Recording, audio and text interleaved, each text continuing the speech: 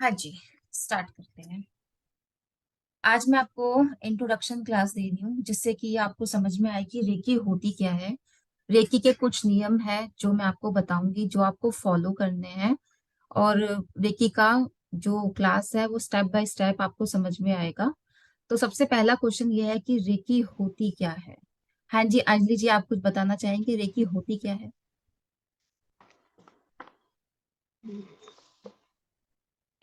Healing therapy है ma'am. हम्म। आ रही है आवाज मैम मेरी? हाँ जी, हाँ जी, बिल्कुल बिल्कुल। मैम हीलिंग थेरेपी है, बस मुझे तो यही पता है। ओके, हीलिंग थेरेपी, ठीक है जी। दीपिका जी ने भी सही बताया था, अंकिता जी ने भी सही बताया था। लेकिन मैं आपको बताती हूँ एक्चुअली बेसिकली रेकी बोलते क्या है।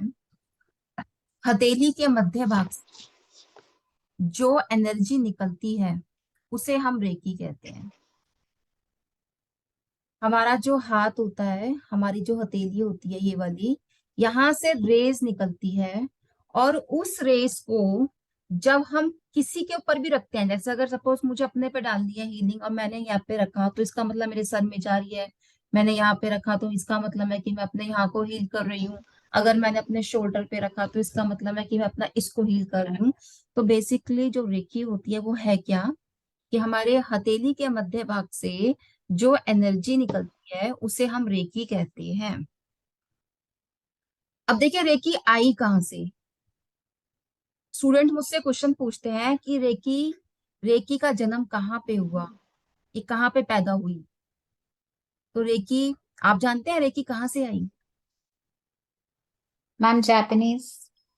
ठीक है, ठीक है। ये शायद हमारे अथर्ववेद से मतलब आई है, जहां तक मुझे लग रहा है। क्योंकि अथर्ववेद बेसिकली मेडिसिन और इस तरीके की टेक्नोलॉजी में ज्यादा, उसमें ज्यादा इन्वॉल्वमेंट है, ज्यादा ज्ञान उसका अथर्ववेद में है जो है। तो आई बिलीव उसमें से ही कहीं ना कहीं इसका ओरिजिन हुआ है। ठीक है जी, ठीक है जी। देखिए फर्स्टली रेकी को बनाया किसी ने नहीं है। हम्म। फर्स्टली रेकी को किसी ने बनाया नहीं है। हर जगह रेकी का डिफरेंट डिफरेंट नाम आया है। लेकिन रेकी जो शब्द है वो डॉक्टर मिकाओ यूसुई ने रेकी को रेकी नाम दिया। हर जगह रेकी का अलग अलग नाम है, जैसे चीन में ची बोला जाता है, हमारे इंडिया में इसे प्राण शक्ति बोला जाता है। लेकिन जो एक्चुअल में जो रेकी वर्ड है, जो एनर्जी का एक्सचेंज है, वो डॉक्टर मिकाओ यूसुई ने दिया, जो जापान में पैदा हुए थे। और उनको रेकी का जनक कहा जाता है। डॉक्टर मिकाओ यूसुई जी को रेकी का जनक कहा जाता है। जब ये सृष्टि उत्पन्न हुई थी तभी से रेकी का जन्म हुआ, तभी से एनर्जी का जन्म हुआ। केवल बस फर्क इतना है कि जो रेकी को जो रेकी नाम है ना, वो डॉक्टर मिकाओ यूसुई जी ने दिया। उन्होंने दोबारा से खोजा इस शक्ति को और उन्होंने उसको फैलाया। डॉक्टर मिकाओ यूसुई जी ने अपने अथक प्रयासों से इसको फैलाया। और 10-12 सालों में रेकी रेकी रेकी रेकी रेकी रेकी होने लग गया। 10-12 साल से ज्यादा इसका प्रचलन हुआ है। 10-12 साल से इसलिए ज्यादा प्रचलन हो गया क्योंकि लोग ज्यादा बीमार होने लग गए, उनको बहुत ज्यादा डिप्रेशन होने लग गया। तो वो कहाँ भागने लग गए, नेचुरल थेरेपी पे। जो रेकी होती है वो एक आध्यात्मिक विद्या है, नेचुरल थेरेपी है। ठीक है जी। नेक्स्ट है। मैम मैम एक चीज पूछनी थी। जैसे अगर मान लो आप किसी को कहते हैं कि मैं रेकी करते हैं या कर रहे हैं, तो मैम जो एक एक जनरल जो आता है रिप्लाई, वो ये आता है कि ये तो जादू टोना है। मतलब नॉर्मल, मतलब जिनको ले मैन अगर मैं बात करूं तो मैम उसमें अगर हमें अगर सामने वाले को बताना है तो हम इसका क्या जवाब दे सकते हैं? देखिए, लोगों को आंसर देने का, चाहे आपको दे या ना दे उससे कोई फर्क नहीं पड़ता। लेकिन ये एक नेचुरल थेरेपी है, उसमें हम आप क्या कर रहे हैं। हम जब रेकी में करते क्या, हम सबसे पहले ईश्वरीय विद्या को अपने अंदर लेते हैं और उसका आवाहन करते हैं। अपने जो भी हम जिन भगवान को मानते हैं उनका हम आवाहन कर रहे हैं। आवाहन से क्या होता है कि हम उससे कनेक्ट होके जो कॉस्मिक रेस है वो हमारे अंदर प्रवेश करती है, और ऐसे करते करते करते हम उसको ऐसे दे रहे हैं। हम ना तो किसी को कुछ खाने को दे रहे, हम ना ही कोई मंत्र पढ़ रहे, तो इसमें तो कोई वो मतलब ही नहीं है। और सबसे इम्पोर्टेंट चीज, जब व्यक्ति प्रॉब्लम में फंसा होता है ना, तो उसको सॉल्यूशन चाहिए, उसको सिर्फ अपना ये चाहिए कि मेरी प्रॉब्लम सॉल्व हो जाए, तो वो अपने आप ही मानने लग जाता है। और हमें तो ये लगता है कि जो भी ऐसे लोग हैं, हम उनको कहते हैं कि आप पहले उसके पास आओ। जैसे भगवान है, देखिए भगवान दिखाई नहीं देते, लेकिन भगवान की सत्ता होती है ना। इस धरती पर सारी चीजें हैं, अच्छी भी बुरी भी। अब कई लोग कहते हैं जी आत्मा तो होती नहीं है, लेकिन होती है आत्मा। बालाजी जाइए, मेहंदीपुर बालाजी, वहां पे आपको पता चलेगा कि भाई कैसे कैसे चीजें होती हैं। तब इंसान समझ जाएगा कि नहीं भाई, इस धरती पे सारी चीजें होती हैं। तो उसी प्रकार जो रेकी है ना, उसको अपनी सत्ता बनाने की जरूरत ही नहीं है। लोगों को दिखेगा, इफेक्ट दिखेगा। जैसे माँ का प्यार होता है ना, वो दिखता नहीं है लेकिन व्यक्ति को महसूस होता है। अगर किसी की माँ किसी को कुछ ना भी दे पाए, तो व्यक्ति सोचता है मेरी माँ बस मुझे बैठी हुई दिखती रहे, वही बहुत है। उससे ही सुकून मिल जाता है। तो रेकी से क्या हो रहा है, हमें एक मेंटली सेटिस्फेक्शन मिलती है, तो व्यक्ति धीरे धीरे अपने आप ही उसकी सत्ता को समझने लग जाता है। हमें उसको कहने की जरूरत ही नहीं है। ठीक है जी। नेक्स्ट क्वेश्चन ये आता है कि भाई रेकी हाथों से कैसे निकलती है। अभी मैंने आपको बोला कि रेकी क्या होती है, कि हाथों के हथेली के मध्य भाग से जो एनर्जी निकलती है उसे हम रेकी कहते हैं। अब ये रेकी निकलती कैसे है, ठीक है जी। तो देखिए, जैसे एग्जांपल मैं आपको पहले समझाती हूँ। जैसे हम मार्केट से गैस का चूल्हा लेके आते हैं, और हम सोचते हैं कि हम उसे अपने घर पे ले आए हैं, गैस का चूल्हा ले आए हैं, और उसमें हम रोटी बनाएंगे। तो क्या रोटी बन जाएगी उसमें? रोटी नहीं बनेगी। क्यों नहीं बनेगी?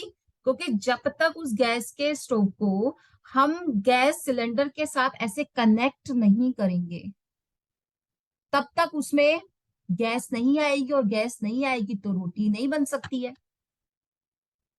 ठीक है जी। आप मार्केट से एक फोन लेके आते हैं, मोबाइल फोन लेके आते हैं।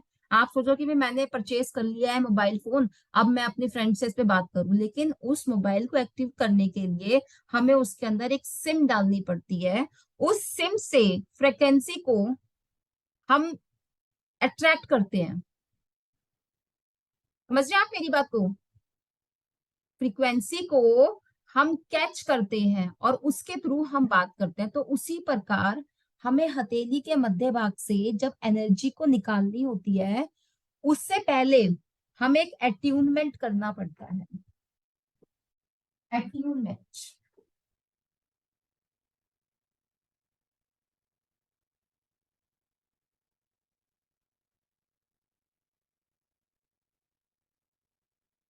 एट्यूनमेंट,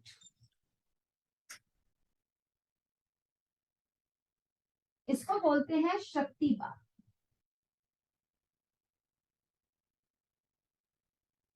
जब मैं आपका एट्यूनमेंट करूंगी, जब मैं आपका शक्तिपात कर दूंगी, तो आप ब्रह्मांड की पॉजिटिव वाइब्रेशंस को, कॉस्मिक एनर्जी को कैच करने लग जाते हो। आप उसको जैसे ही कैच करते हो, तो उस जैसे ही आपने कैच किया, तो तभी हमारी हथेली के मध्य भाग से एनर्जी निकलने लग जाती है। अब उस एनर्जी को जब आप खुद के शरीर पे डालते हो, तो खुद का शरीर हील होता है। जब उस एनर्जी को आप सेकंड बॉडी पे डालते हो, तो आप दूसरे व्यक्ति को हील करते हो। मैम, कोई जी। कह रहा था इससे ना अपने अंदर ही इतनी नेगेटिव एनर्जीज आ जाती हैं दूसरों की नेगेटिविटी दूर करने से। देखिए, इसमें एक क्वेश्चन मैं आपको बताती हूँ। बहुत सारे स्टूडेंट हमें ये कहते हैं कि जब किसी का सर दर्द होता है, पेट में दर्द होता है, तो हम उसका जब हीलिंग करते हैं तो हमारे को सर में दर्द हो गया, हमारे पेट में दर्द हो गया। तो देखिए, आपको तो ये समझना है कि कभी भी इमोशनली इन्वॉल्व होकर हीलिंग नहीं करनी। आपने देखा होगा कि जब घर में किसी एक व्यक्ति को उल्टी आ रही होती है, वॉमिट कर रहा होता है वो, और अगर कोई कमजोर दिल का व्यक्ति है, तो वो क्या कहेगा, अरे यार मुझे भी ना ऐसा फीलिंग हो रही है कि मेरी भी ना तबीयत खराब हो रही है। आपने महसूस किया होगा इस चीज को, अपने आसपास आपने देखा होगा। लेकिन जो व्यक्ति ये सोचे कि भाई मुझे, बल्कि व्यक्ति को सोचना चाहिए कि मुझे तो उसको पकड़ना चाहिए, उसकी मदद करनी चाहिए। जो व्यक्ति एक वॉमिट कर रहा है, उसको तो पकड़ना है ना, उसका माथा पकड़ना है, ताकि उसका सर ना लगे सामने जाके। शरीर गिरता है ना जब व्यक्ति वॉमिटिंग करता है, तो वो अपना शरीर छोड़ता है। तो अगर ऐसे घर के सारे व्यक्ति करेंगे तो फिर उसकी मदद कौन करेगा? तो आपको जब भी किसी व्यक्ति की हीलिंग करनी है तो आपको ये समझना है कि भाई मैं एक अच्छा हीलर हूं और मुझे उसकी प्रॉब्लम सॉल्व करनी है बस। ठीक है जी। इमोशनली यदि आप इन्वॉल्व नहीं होंगे तो आपको कुछ नहीं होगा। आप तो केवल अपनी एक ड्यूटी कर रहे हैं। आप अपनी एक ड्यूटी करें। डॉक्टर होते हैं, देखिए डॉक्टर सर्जरी करते हैं, अब वो अगर डरे कि हे मैं ऐसे काटूंगा, इतना सारा ब्लड निकलेगा, उसको दर्द होगा, तो वो कर सकता है ये सब काम? नहीं कर सकता। तो आपको ये सोचना है कि भाई मैं एक एक शक्ति हूं, मैं सिर्फ एक माध्यम हूं और मुझे इमोशनली अटैच नहीं होना, तो आपको कुछ नहीं होगा। और नंबर सेकंड पॉइंट मैं आपको प्रोटेक्शन में डालना सिखाऊंगी। जब आप किसी की भी हीलिंग करेंगे तो मैं आपको प्रोटेक्शन शील्ड बताऊंगी कि ऐसे प्रोटेक्शन शील्ड बनता है। तो जब आप वो प्रोटेक्शन शील्ड डालेंगे अपने ऊपर तो आपको कुछ होगा ही नहीं। ठीक है जी, आपको कुछ नहीं होगा।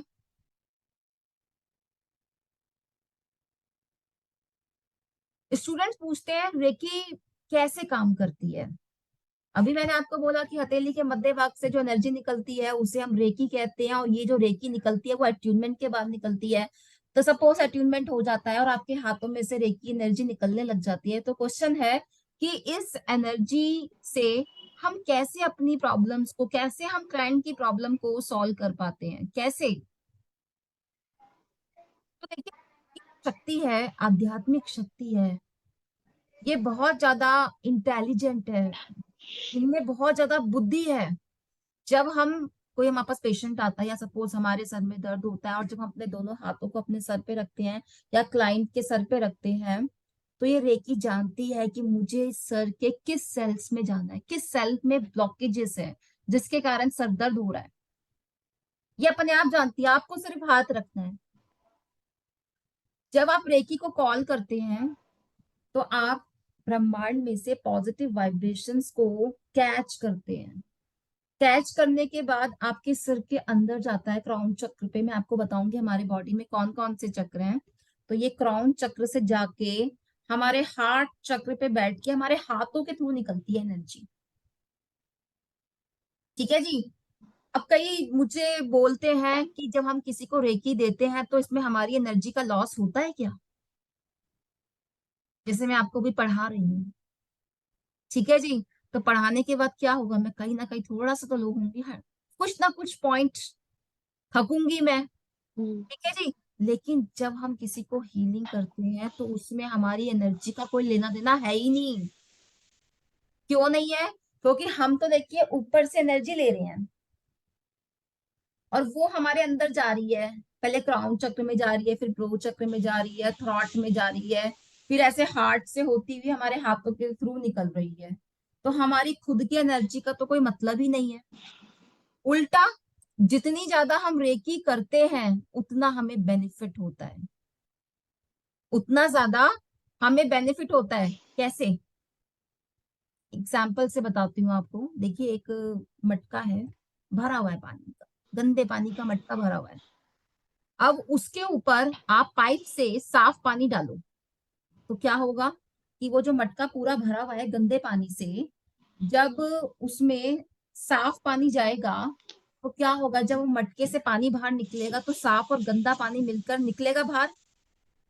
तो धीरे धीरे क्या होगा, उस गंदगी की जो परसेंटेज है वो कम होगी।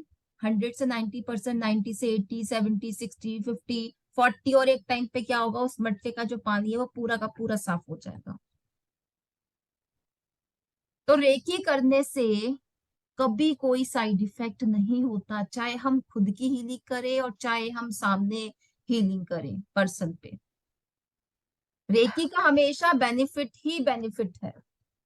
रेकी फायदा ही करती है, नुकसान नहीं करती। हम्म। कुछ मैम एक एस्ट्रोलॉजिकल पोजीशंस भी होती हैं हमारे चार्ट में प्लैनेट्स की, जिसके अकॉर्डिंग ये चीज सिग्निफाई होती है हमारी हेल्थ कैसी रहेगी। जी जी हमें बिल्कुल।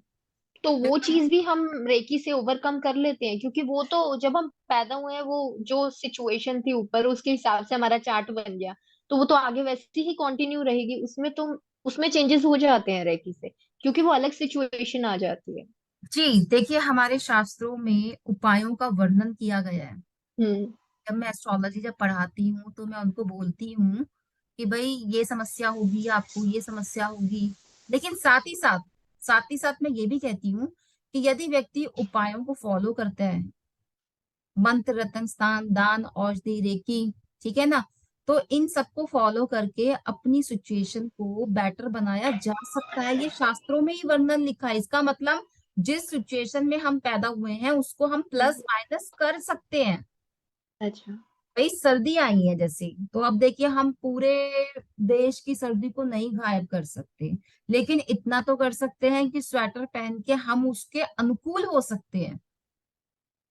अब गर्मी है, अब हमें पसीना आएगा, तो हम इतना कर सकते हैं भाई एसी चलाकर, फैन खोल के हम अपने आप को मतलब संतुलित कर सकते हैं।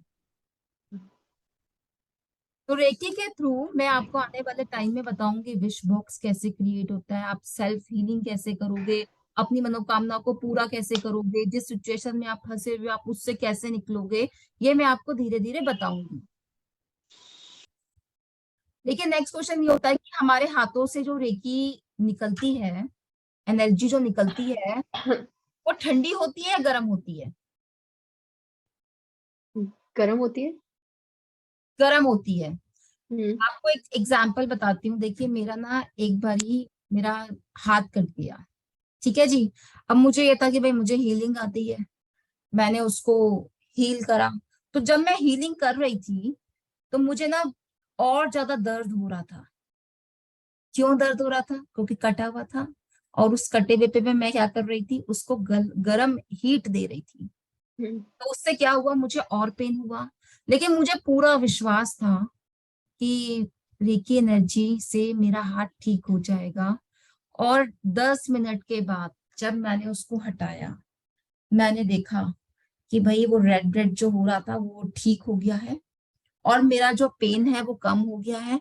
फिर शाम को मैंने उसको टच करके देखा कि भाई किस उंगली पे लगी थी मेरी चोट। मतलब मैं टच करके दबा दबा के देख रही हूँ, तो मुझे पता ही नहीं चला कि कहाँ लगी थी। नहीं तो जब कोई चाकू से कटता है हाथ, तो उसका जो पेन होता है वो 3-4 दिन तक रहता है। ऐसे एक मेरी स्टूडेंट बोलती है कि मैम जल्दी जल्दी खाना बनाई थी, तवे पे हाथ लग गया, हाथ जल गया, तो मुझे बहुत पेन हुआ। मैंने पहले तो उसको ठंडे पानी में डुबाया, फिर उसको हटाया तो एकदम से फिर चिरमराट मचने लग गई। मुझे एकदम से ध्यान आया कि मैम आपसे रेकी सीखी। तो कह रही मैम मैंने ऐसे रेकी इसको हील किया, तो मुझे पहले थोड़ा सा दर्द हुआ लेकिन मैंने उसको हटाया नहीं। फिर कह रही मैम 10 मिनट्स के बाद मैंने ऐसे हटाया तो मेरा सही हो गया, कोई फाला नहीं बना।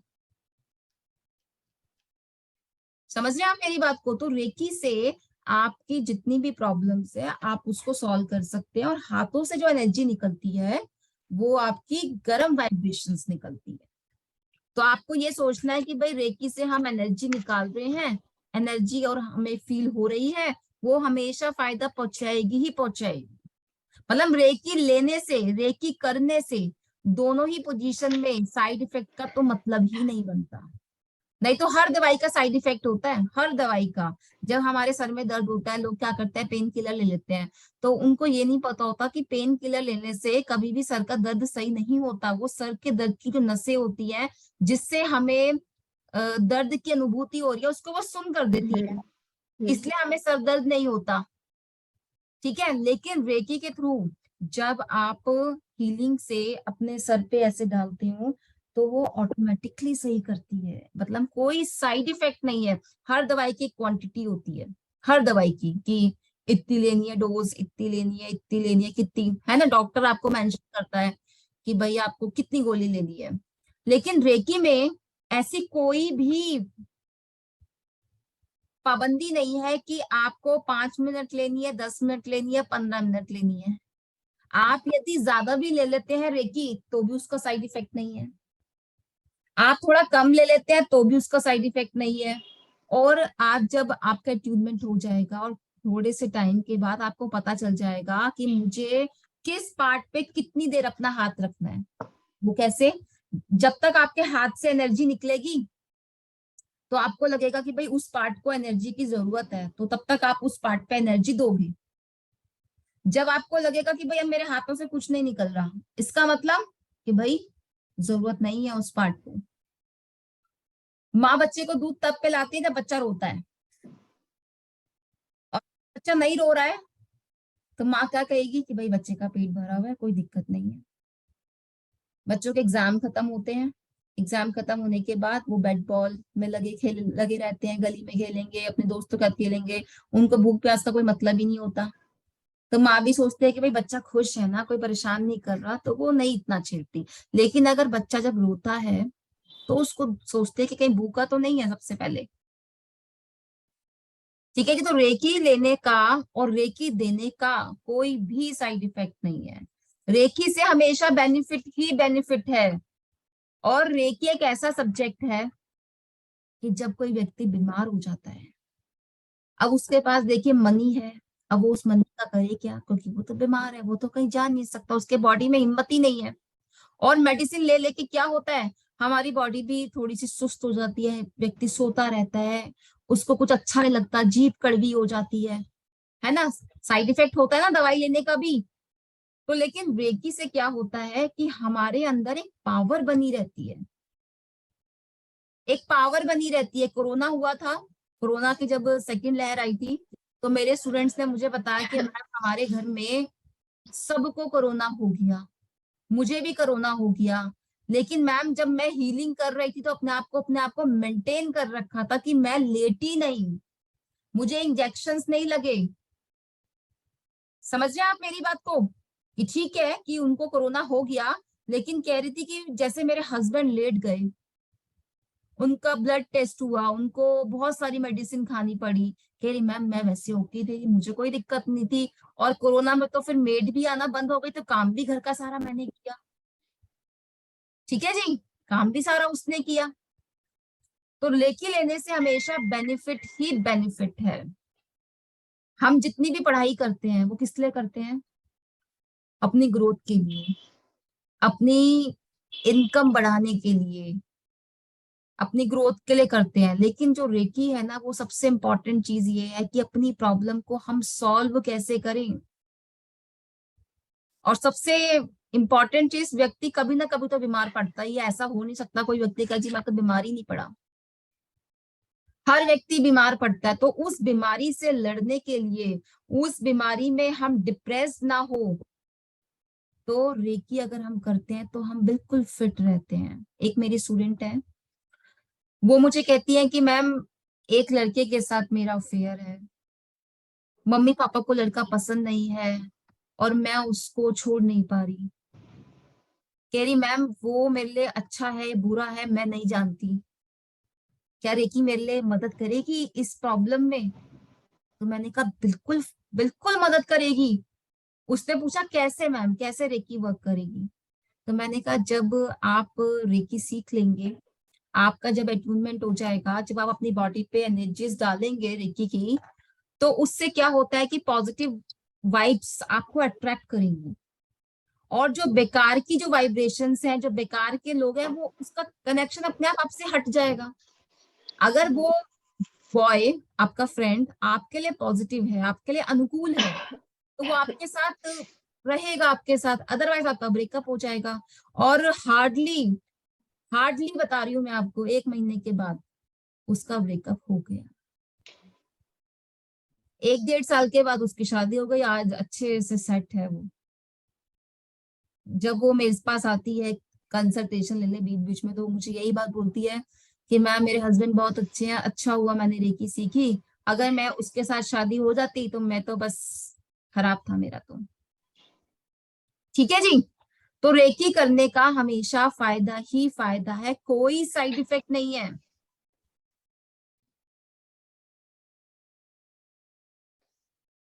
स्टूडेंट्स क्वेश्चन पूछते हैं कि मैम ये कोर्स सीख कर क्या हम खुद हीलिंग कर सकते हैं, क्या हमें हीलिंग करनी आ जाएगी। सबसे इंपॉर्टेंट क्वेश्चन उनके दिमाग में ये होता है कि मैम मात्र 15-20 क्लासेस में हम इतनी बड़ी चीज हमें हमारे हाथों में आ जाएगी। तो देखिए आंसर है यस। आप ये कोर्स सीख कर आप अपने आप को और अपने नियर एंड डियर पर्सन्स को या अपने क्लाइंट्स को सबको हील कर सकते हैं। ठीक है जी, आप रेकी से रेकी चैनल में आपको बना दूंगी। मैं आपको रेकी सिखाकर, आपका ट्यूनमेंट कर कर आपको रेकी चैनल बना दूंगी। आप रेकी जब चैनल बनेंगे तो आप कॉस्मिक एनर्जी को, पॉजिटिव वाइब्रेशंस को अट्रैक्ट करेंगे, उन्हें कॉल करेंगे और देंगे व्यक्ति पर या खुद पर, तो उससे आपकी हीलिंग होने लग जाएगी। केवल एक बात का ध्यान रखना है आपको, एक बात का, कि जब आपको मैं रेकी सिखा दूंगी, आपका अट्यूनमेंट कर दूंगी, तो आपको 21 दिन तक 24 पार्ट्स की रेकी करनी होती है। फिर मैं आपको आने वाले टाइम में बताऊंगी, ये आप एक साधना समझ लीजिए। और जैसे ही आप 24 पार्ट्स पे हीलिंग करते हैं तो आपकी बॉडी में जहां कहीं पे भी ब्लॉकेजेस होगी वो सब रिमूव हो जाएगी। और जब आप बिल्कुल फ्रेश हो जाएंगे, बिल्कुल नीट एंड क्लीन हो जाएंगे, तो जब आप हीलिंग करेंगे तो वो बहुत अच्छी होगी हीलिंग। ठीक है जी, मैजिक मैजिक आप कर पाएंगे, मैजिक कर पाएंगे आप।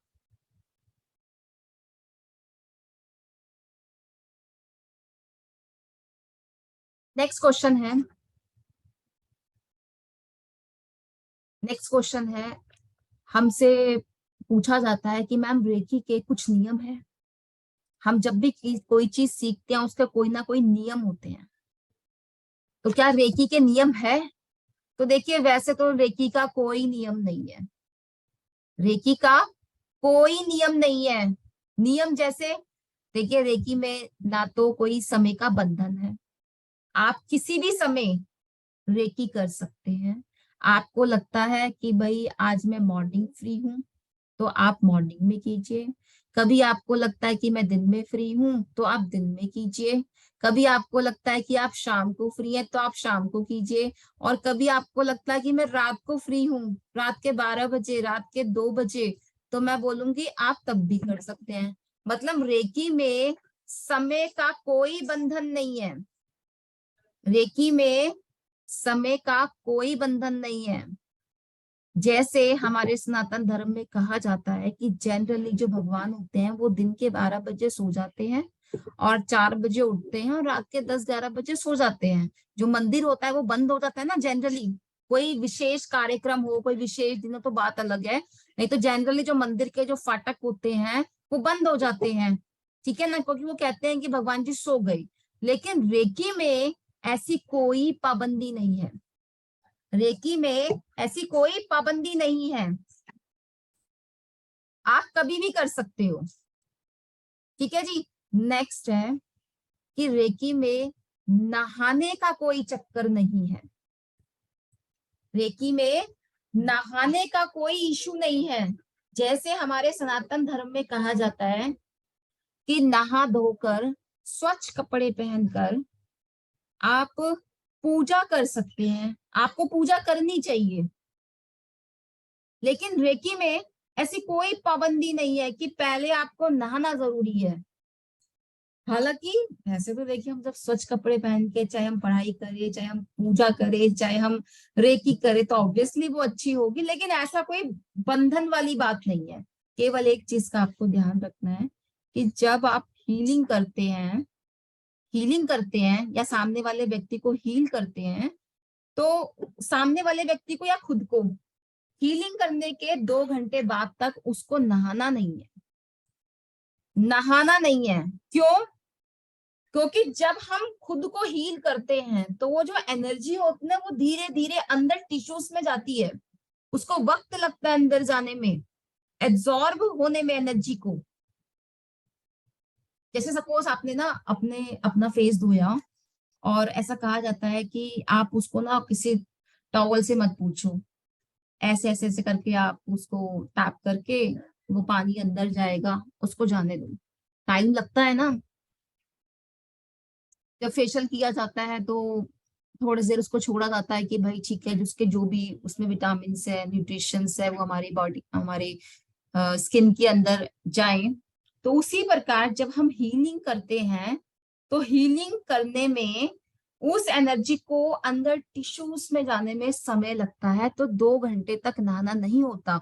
लेकिन यदि आपको इमरजेंसी पड़ जाए नहाने की, किसी दिन सपोज आप भूल गए और आप नहा लिए, तो इसमें भी कोई साइड इफेक्ट वाली बात नहीं है। केवल आपको ये समझना है कि आपने हीलिंग नहीं की, उसमें भी कोई साइड इफेक्ट वाली बात नहीं है। सिर्फ आप ये सोचेंगे कि भाई हीलिंग नहीं हुई, मैंने हीलिंग नहीं करी, आप दोबारा से आपको हीलिंग करनी पड़ेगी।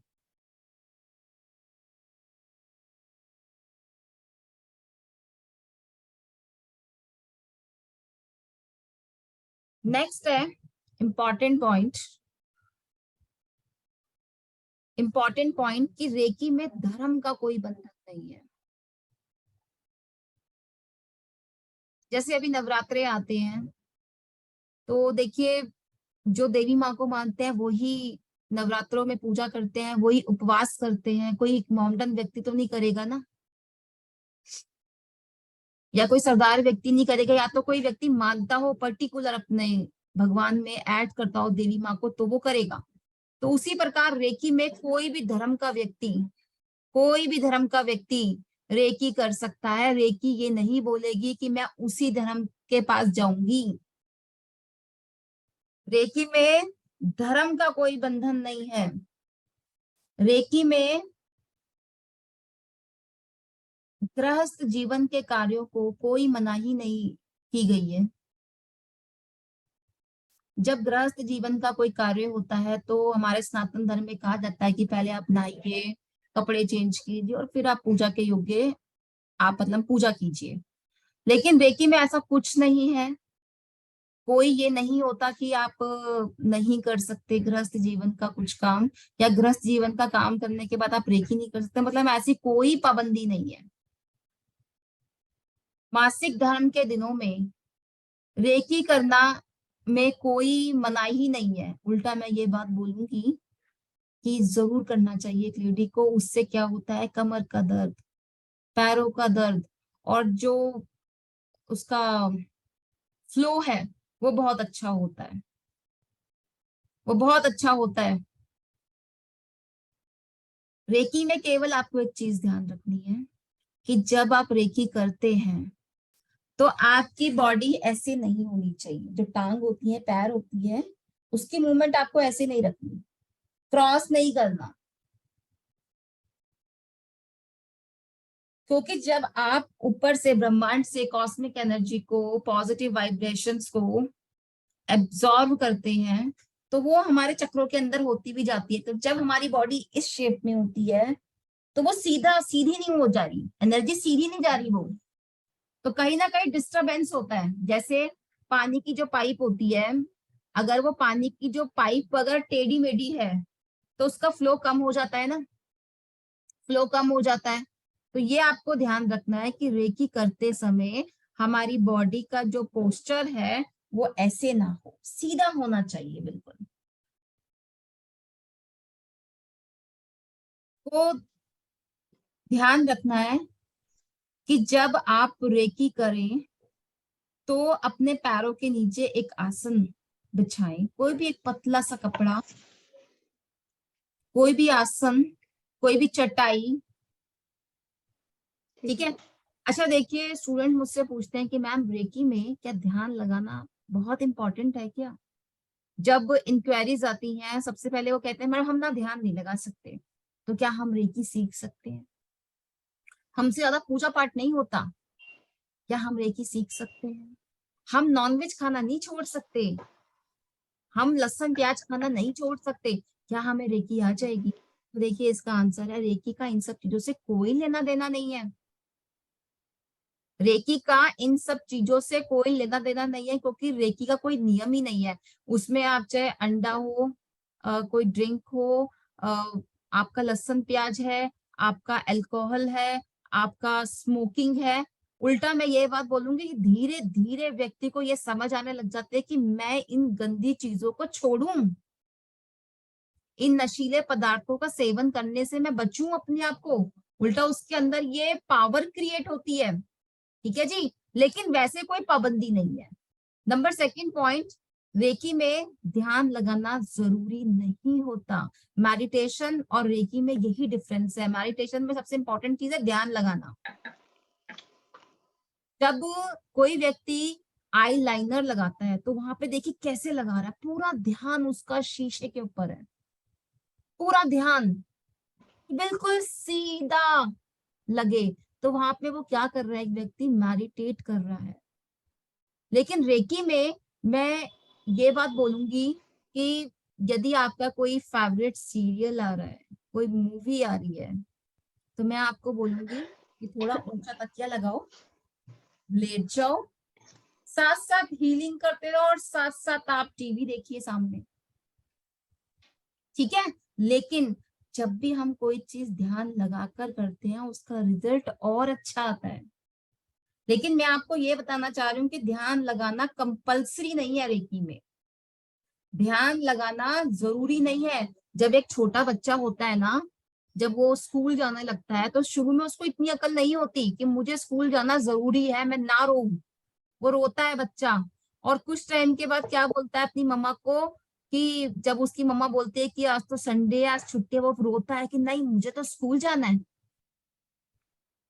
तो जो लोग ये चीज डरते हैं सोच के कि भाई इसमें तो बहुत ज्यादा ध्यान लगाना पड़ेगा, इसमें तो पूजा करनी पड़ेगी, हमारा तो आध्यात्मिकता से कोई संबंध ही नहीं है दूर दूर तक, हम तो नहीं कर सकते, तो मैं उनको ये बात बोलती हूँ कि जी रेकी का उससे कोई इशू नहीं है। आप सिर्फ सीखिए, और मात्र कितने दिनों में, एक छोटा सा ड्यूरेशन है, छोटी सी चीज है। व्यक्ति अपने बच्चों को 14 साल स्कूल में पढ़ाता है, nursery KG first to 12th class, 14 साल उसको स्कूल में पढ़ाता है। और जब बच्चा 12th क्लियर करके स्कूल से निकलता है और उसको ये बात बोली जाए कि भाई बताओ ये प्रॉब्लम कैसे सॉल्व होगी, सिर में दर्द कैसे सही होगा, सही करो, कहेगा जी मेरे को तो नहीं पता। कहेगा जी किसी का घर नहीं बन रहा, वो प्रॉब्लम हम कैसे सॉल्व करेंगे, कहेगा जी मुझे नहीं पता। लेकिन रेकी में हम क्या बोल रहे हैं कि मात्र 16-17 क्लासेस में आपको ये सारी समस्याओं को सॉल्व करना आ जाएगा। समझ रहे हैं आप मेरी बात को? तो रेकी कितनी इंपॉर्टेंट है। मैम जी रेकी कितना पॉपुलर है मैम आज के टाइम पे?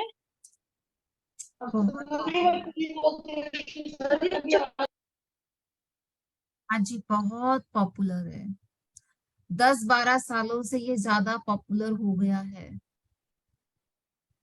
देखिए मैम एक स्ट्रेटा एक लेवल को ही पता होगा रेकी क्या होता है ना मैडम? नॉर्मल तो लोगों को जैसे कुंडली वुंडली दिखाते हैं, उनको रेकी का तो इतना ज्ञान नहीं है। बिल्कुल बिल्कुल बिल्कुल, देखिए जैसे ज्योतिष शास्त्र है ना, ये तो भाई चला ही आ रहा है पुराने जमाने से। तो लेकिन धीरे धीरे लोग जागरूक हो रहे हैं, तो वो सब समझ पा रहे हैं कि भाई रेकी करने, रेकी सीख कर, वो बहुत छोटा शॉर्ट कोर्स है, बहुत ही कम टाइम में हम अपनी और सामने वाले की प्रॉब्लम को सॉल्व कर सकते हैं। तो लोग जागरूक हो रहे हैं आजकल, ठीक है। तो वो उसका जो पॉपुलैरिटी है वो बढ़ती जा रही है रेकी की। मतलब रेकी सीख के आप ये लगा सकते हैं कि आप मैजिक कर सकते हैं। रेकी सीख कर आप मैजिक कर सकते हैं। और सबसे पहले तो मैं आपको ये बात बोलूंगी कि आप अपनी प्रॉब्लम्स को सॉल्व कीजिए। रेकी कब नहीं कर सकते? कौन सी ऐसी सिचुएशन पे रेकी नहीं कर सकते?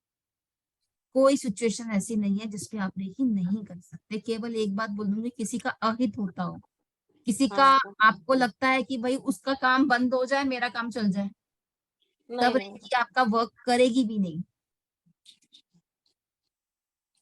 रेकी किसी भी समय, किसी भी पोजीशन पे, किसी भी परिस्थिति पे की जा सकती है।